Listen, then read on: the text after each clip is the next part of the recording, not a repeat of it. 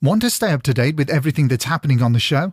Or do you have a story that you'd like to submit for one of our Listener Stories episodes? You can get in touch with the show via the website at www.hauntedukpodcast.com, on Instagram at hauntedukpodcast, on X at hauntedukpod, or you can email us at contactus@hauntedukpodcast.com. We're also on Facebook and TikTok. And if you want to support the show, you can do it via either Patreon or Ko-fi. Both platforms have exactly the same content, but work in slightly different ways. One of the advantages of Patreon is its sleek user interface, but if you want to avoid those pesky additional charges Apple, Google, and Patreon apply to your subscription, then why not give Ko-fi a try? Simply open a browser window and type ko-fi/Haunted UK Podcast. That's Ko-fi/Haunted UK Podcast, and you'll soon find us. Whichever platform you choose, we're sure you'll enjoy the bonus content. Thanks for listening, and enjoy the episode. This is the Haunted UK Podcast's Short Haunts.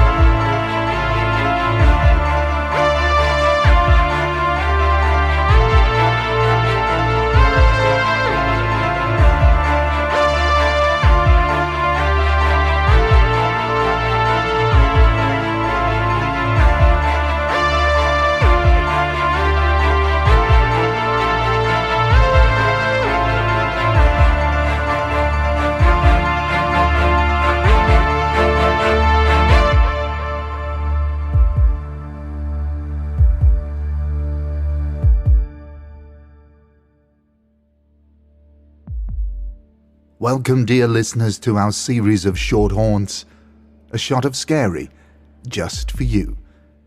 So grab a hot chocolate, maybe a tea, maybe something stronger, because this is Haunted UK Podcast's Short Haunts. New build, dark past. Regardless of how much many of us love our forests, woodlands, countryside and nature, permission still continues to be granted for developers to build new houses. A huge number of these new builds go up without a hitch, seamlessly, with no faults or cause for the homeowners to lodge complaints, but every now and then, things do go wrong. Subsidence, water leaks, drainage problems, soundproofing issues, cracked plaster and walls are just a few of the things which people can encounter. Most of the time, these problems can be, and usually are, fixed. But what if the problem doesn't lie with the building of the house? What if the problem lies on the land itself? We're not talking a flood risk area or the ground being made up of unsuitable structural materials. We're talking about land which has seen hundreds and hundreds of years of history. Some of it very dark, very violent, very bloody. Is it possible that remnants of what has gone on in the distant past can somehow bleed into our present day? And if so, can the houses and buildings which we choose to construct on this land absorb those remnants, those energies, those stories and memories in time?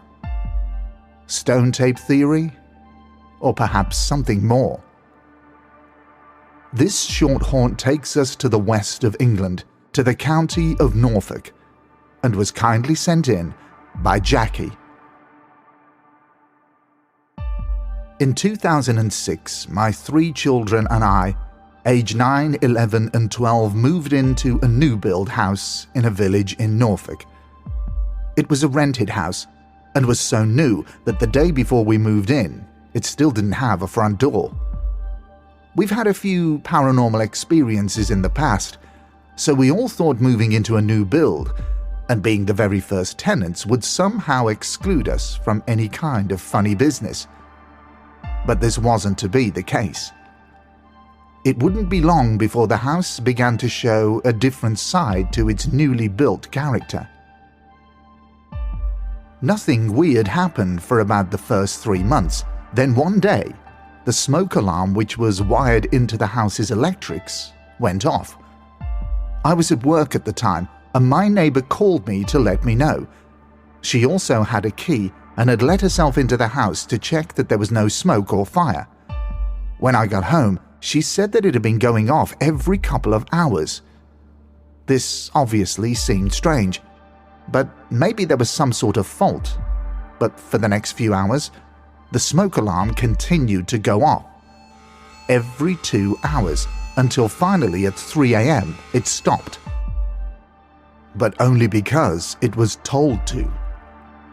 Both my kids and I were really tired, and by this time, we'd all had just about enough of this thing keeping us awake, so I yelled, "Oh, can you pack it in now? We've all had enough." And it stopped sounding, and never sounded again for the following 10 years that we were there. In previous experiences, I found that acknowledgement of a presence can potentially stop an escalation, but this is not always the case. What I did do, though, was contact the landlord and ask him to check the wiring, which after a number of tests was confirmed to have no faults at all. Everything seemed completely fine. Looking back, it seemed that this was the start of some very strange occurrences, which initially weren't very frightening at all, to start with, but things would steadily escalate. 3 extremely terrifying events would take place which would confirm to us all that the house, or the land on which it was built, had a number of secrets which would come to the surface. But we'll get to these events soon. We began to hear coughing noises at around midday and late afternoon. 2 of us have asthma, but it wasn't either of us. It was a very wet, rattling cough, the type of cough that you'd hear from someone who was really very sick. I know this sounds nuts, but I always said something to acknowledge that we had heard the cough, in the same manner as the acknowledgement of the smoke alarm. Along with that strange phenomena, we began to notice that our downstairs toilet was always freezing, even in the summer. Having the heating on over the winter months didn't make a difference either. It just didn't seem to warm up. But I'll come back to this later. It's important for me to get these events into the right order, and it must be said that this has been a kind of therapeutic experience, just writing all of this down and finally putting it out there. So continuing on, I came back one evening from dropping my kids off with their dad and clearly saw someone standing at my bedroom window and looking out. It was a woman, and at first I thought it was my neighbor, but as I pulled onto my drive, my neighbor came out of the back gate, but I could still clearly see the woman in my window. I asked my neighbor if she could see anyone upstairs, but she said she couldn't. She looked at me in a strange way, and we didn't really say anything else about it. I led myself into the house and headed straight upstairs. I stood there, alone, and said, "Hello, I just saw you." But there was nothing. No reply. Just silence. After that, we began to see the woman regularly as we turned into our road. Not just me, but all of us. At various times, we would all see her, and even on one occasion, we were all in the car, and all of us saw her at the same time. Again, similar to the smoke alarm and the coughing noises, I always went upstairs and acknowledged that this woman had been seen. "Hello, we saw you today." If I had to describe her, I would say that she had dark hair piled on top of her head, a dark blouse with a high old-fashioned collar, but I was never able to describe her face. Even though I no longer live there, whenever I drive past, I always slow down and look up at that window, just in case she's still there. Not long after this, we all started seeing a little dog in the house. Now, I'd love a dog, but I am seriously allergic to dog hair. My kids had also seen a little dog running through the house, from the front door to the back door. All of them saw it, at one time or another, and the cat we had at the time would randomly freak out, puff herself up, and hiss and spit, all while circling around something that only she could see. I remember one particular experience. It was a Saturday afternoon, and at the time we had a TV with a large black frame, which was about 5 inches thicker at the bottom and very shiny.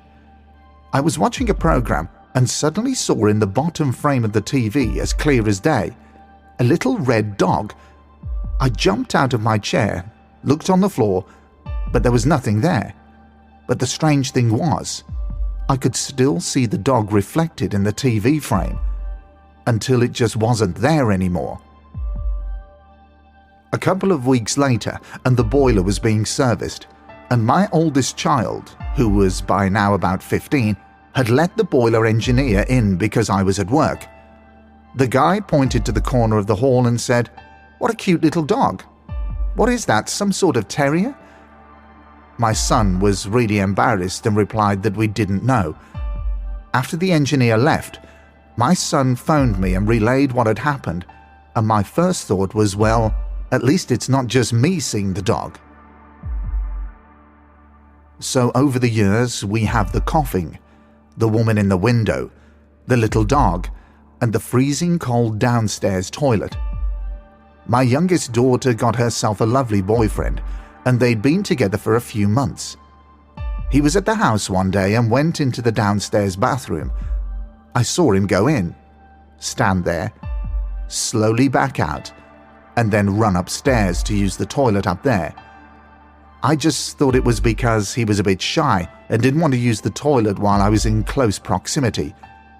But that was not the case. This is the first frightening event, and I have goosebumps just remembering it. My daughter said to me the next day that her boyfriend had gone into the downstairs toilet, and there was a woman in there. I said, "What?"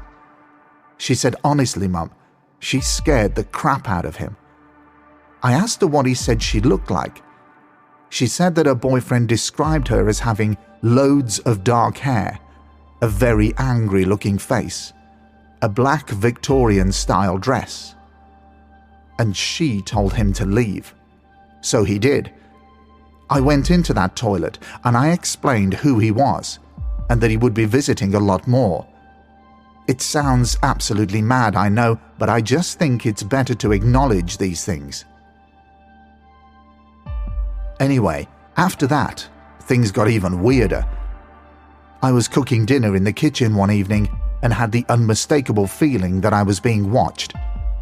I turned round to look into the hallway and was met with a sight that still disturbs me to this day. There was an enormous mist hovering around the lampshade, and as I stared at it, it swirled and moved, then disappeared. Then one of the kids reported seeing a man with a beard striding through the house from the front door to the back. I wasn't surprised by this, but it was as if the mist that I'd witnessed had formed into this strange man that appeared before my child. In addition to the coughing, we now began to hear workshop noises. Sawing, metal hammering and the like, only briefly, but just long and loud enough to make you think, "Oh God, what now?"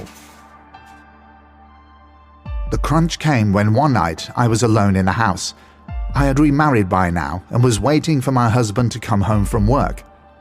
I walked from the kitchen, through the hallway, and into the lounge to close the curtains. And next to my reflection in the window was a man with a dark beard.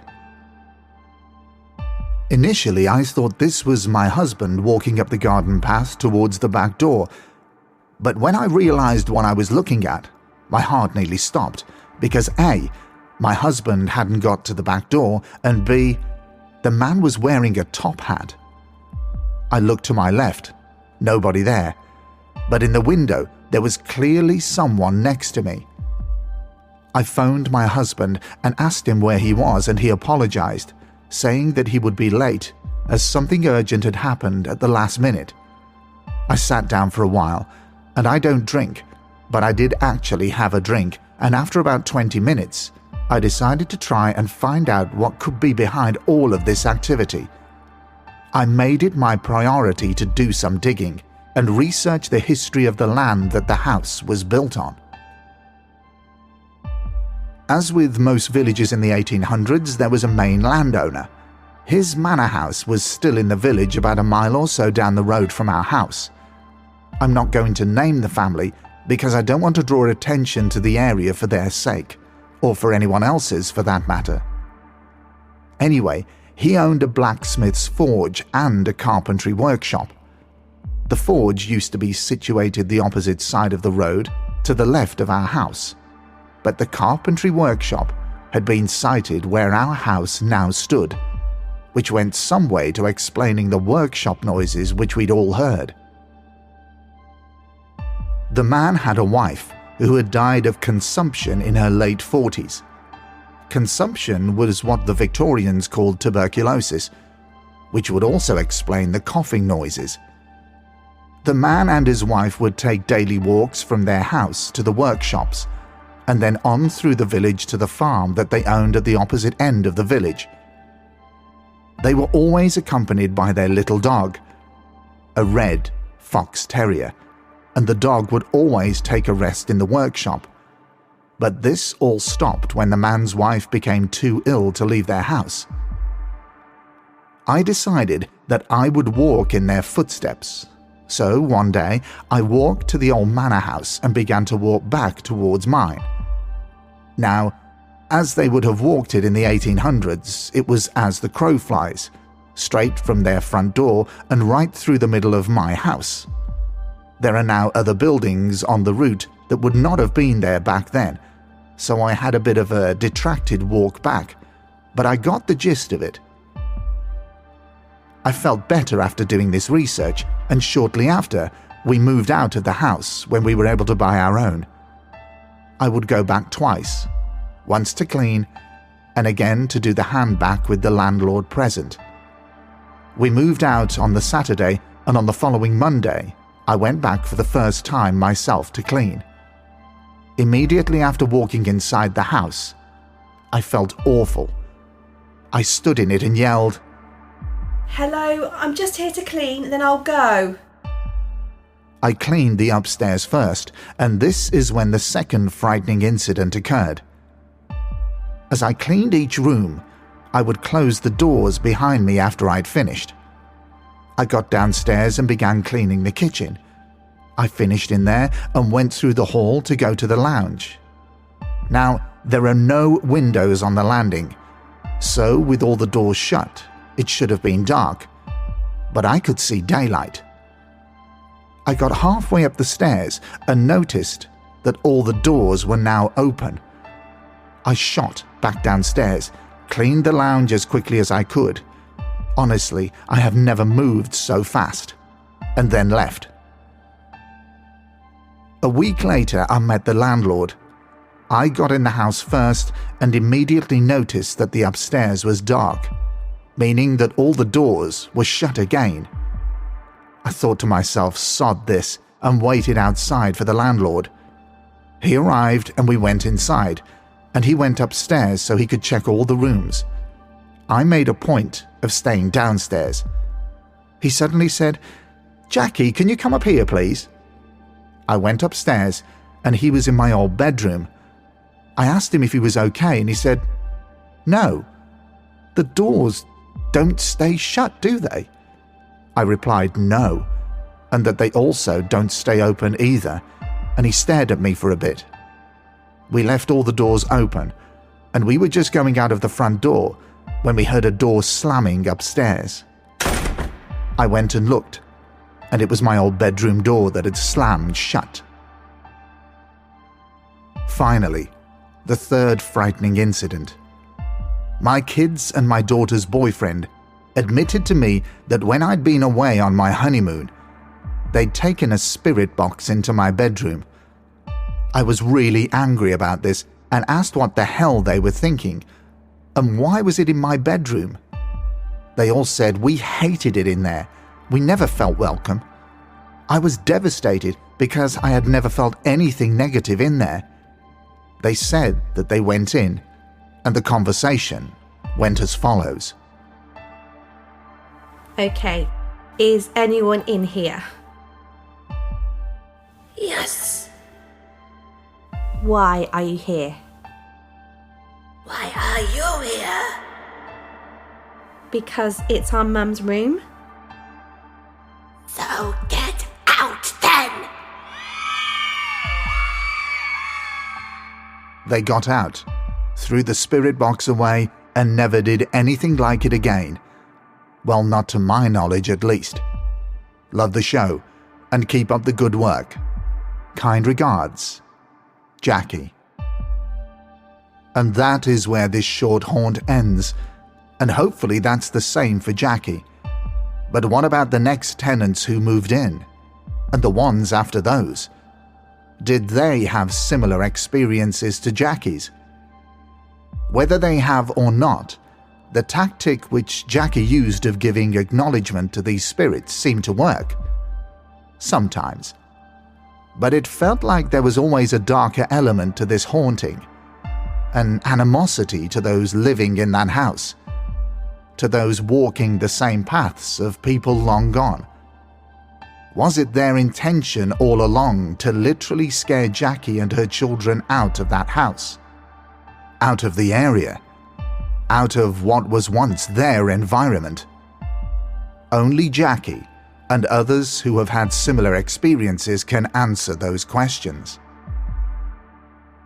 So what would you do in these circumstances? Talk to the spirits? Try to reason with them and assure them that you aren't a threat? Or would you leave and hope that the next property you moved into and the land it was built on didn't expose you to more paranormal terrors?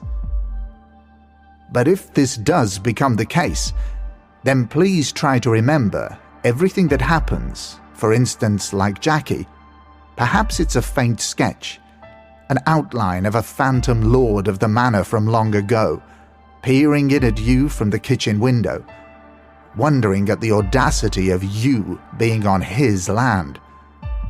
Or perhaps it is the scurrying of a ghostly dog, or even worse, the sense that you just aren't welcome in your own home. Because the next person who could be writing to the show with their short haunt could be you.